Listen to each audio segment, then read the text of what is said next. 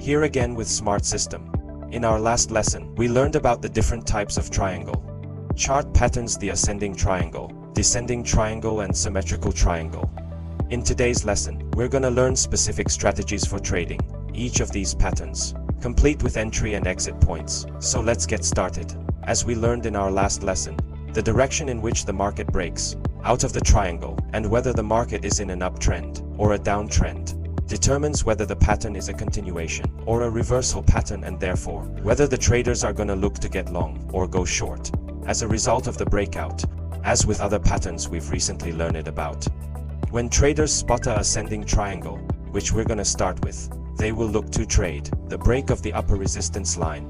The target is then derived by measuring the distance between the starting high point of the ascending triangle and the starting low point of the triangle, which is then projected upward from the break point. The stop is in place just below the most recent trough of the pattern. So it's looking at example here. We've got our ascending triangle that we learned about in last lesson. We have the break. We then measure the distance between the high and the low of the start of the pattern, and we get 5 points. So that is our target for the buy entry of the trade.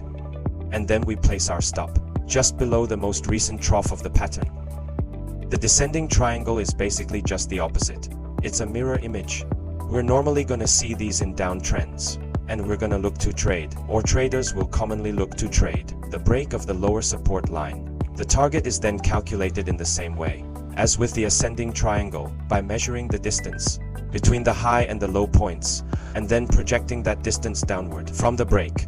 The stop is in place just above the nearest peak.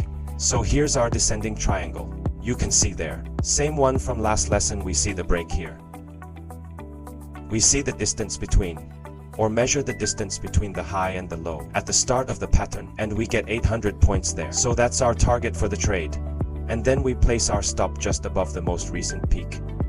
The symmetrical triangle can be seen in either uptrends, downtrends, or most likely or most of the time. It's commonly seen in directionless markets, as it's an indication that neither bulls nor bears are winning out. And that's why the market range contracts, as they continue to sort of fight each other. That's why traders are gonna look to trade in the direction of the breakout. It doesn't matter which side it breaks out on, because the breakout is an indication of the side that's won. So if it breaks to the upside, the bulls have won. If it breaks to the downside, the bears have won. So got us. We've got our symmetrical triangle here that we looked at from last lesson. And in this instance, it's broken to the downside. So our trailer's gonna look to get short there commonly. And the target is measured in the same way as it is with the other two triangles, by getting a distance at the start.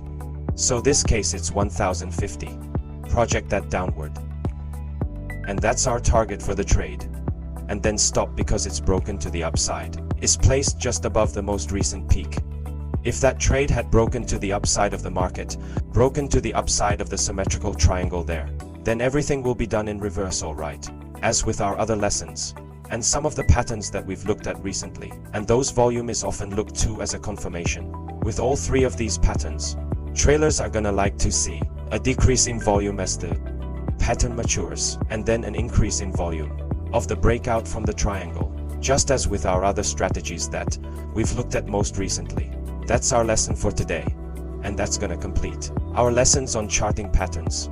In our next lesson, we're gonna start to look at trading indicators or technical indicators, which are gonna be good for complementing a lot of the stuff that we've learned so far. So we hope to see you in those lessons. As always, if you have any questions or comments, please feel free to leave them in the comment section. Have a great day.